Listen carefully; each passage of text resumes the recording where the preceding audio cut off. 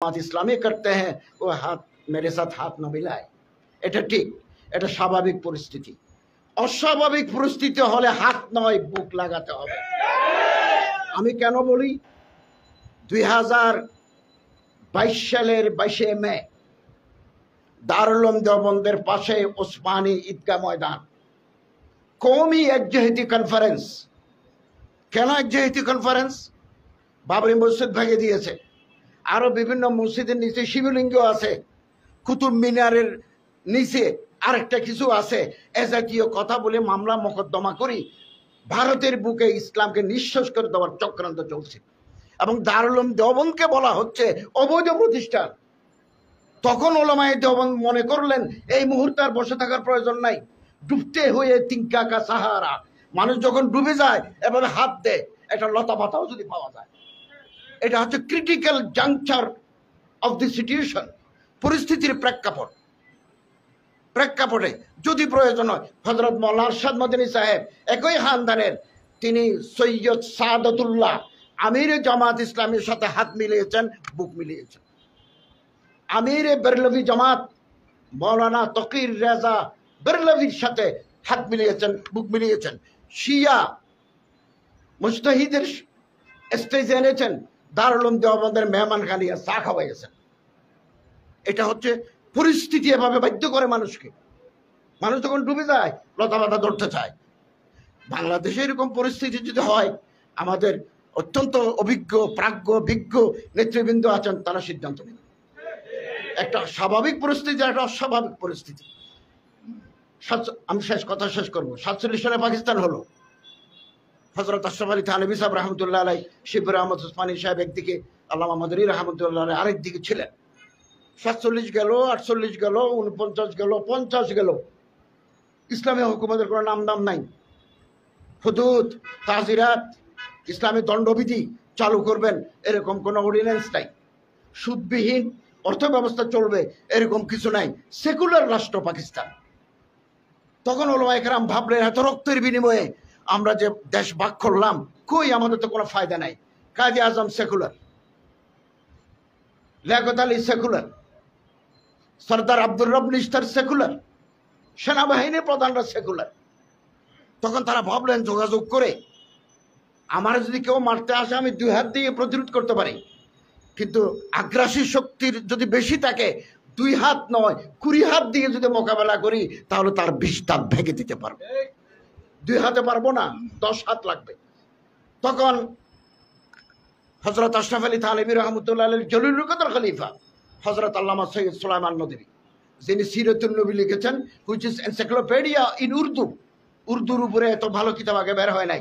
খলিফা আশরাফ আলী থানভী, ওনার জেরে কিয়াদত পূর্ব পাকিস্তান, পশ্চিম পাকিস্তানে মৌলানা তাহের আলী স্যার, হযরত মৌলানা মুফতি শফি স্যার, মৌলানা হাফিজ জলন্দরি, মৌলানা মানাজির হাসান গিলানি, জামাত ইসলামের মৌলানা সৈয়দ আবুল আলা মওদুদি, বেরলভি জামাতের মৌলানা শফি উখাড়বি।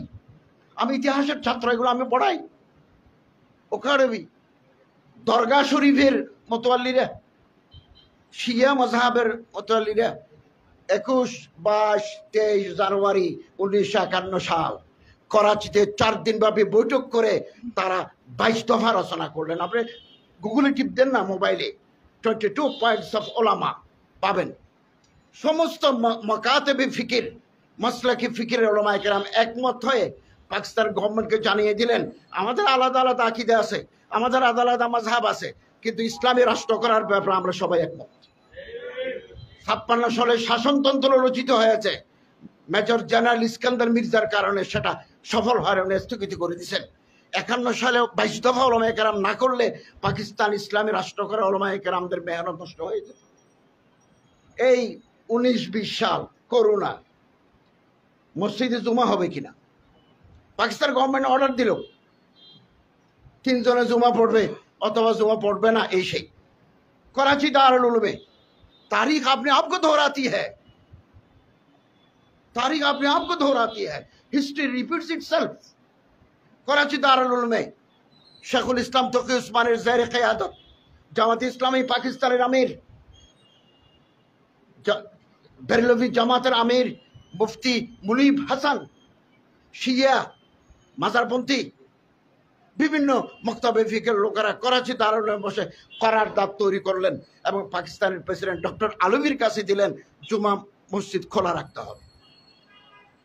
ইসলামী আন্দোলন তার প্রতিষ্ঠার লগ্ন থেকে নিজের অঙ্গ সংগঠনের মাধ্যমে সাংগঠনিক প্রক্রিয়া আমরা এগিয়ে যাচ্ছি, আগামী দিনেও আমরা এগিয়ে যাব। আমরা কারোর পকেটের ভিতরে ঢুকে আমরা আমাদের স্বকীয়তা নষ্ট করতে পারি না, কিন্তু আমাদের লক্ষ্য অর্জনের পথে যদি কারো হাত ধরতে হয় সাময়িকের জন্য এই হাত ধরার মানসিকতা আমাদের থাকতে হবে। আল্লাহ তাআলা এই মোবারক জামাতকে পায়ে তকমিল পর্যন্ত পৌঁছান। বরিশালের ধাক্কা আমাদের ভিতরে নতুন চেতনা জাগ্রত করেছে। আল্লামা ইকবাল বলেন, খুদা তুঝে কিসি তুফা সে আশনা কর দে। ঘূর্ণিঝড় লাগবে, এখন তো একটা ঘুষি মারছে যে আগামী দিনে শরীর থেকে কল্লা জুদা করে দেবে। খোদা তুঝে কিসি তুফা সে আশনা কর দে, তুফানের সাথে তোমার পরিচয় আল্লাহ করুক। কেন? কে তেরে বাহার কে মৌজমে ইস্তরাফ নেই। আমাদের যে দরিয়া আছে ইমানের দরিয়া, ঢেউ নাই, ঢেউ নাই। এ ঢেউ তৈরি করতে হবে একের পর। পৃথিবীর ইতিহাসে কোন কর্তৃত্ববাদী সরকার আপোষে ক্ষমতা ছেড়ে দেয় নাই। কেউ যদি মনে করে সুষ্ঠু নির্বাচন দিলে তো আমি জিরো, তিনি কোনোদিন সুষ্ঠু নির্বাচন দেবেন না। আগামী 6 মাস, আগামী 1 বছর বাংলাদেশের ইতিহাসে অনেক নতুন নতুন ঘটনা ঘটতে যাবে। কি হয় আল্লাহ তাআলা ভালো জানেন। ইন্টারন্যাশনাল পোলারাইজেশন, বাংলাদেশের মেরুকরণ কোথায় গিয়ে দাঁড়ায়?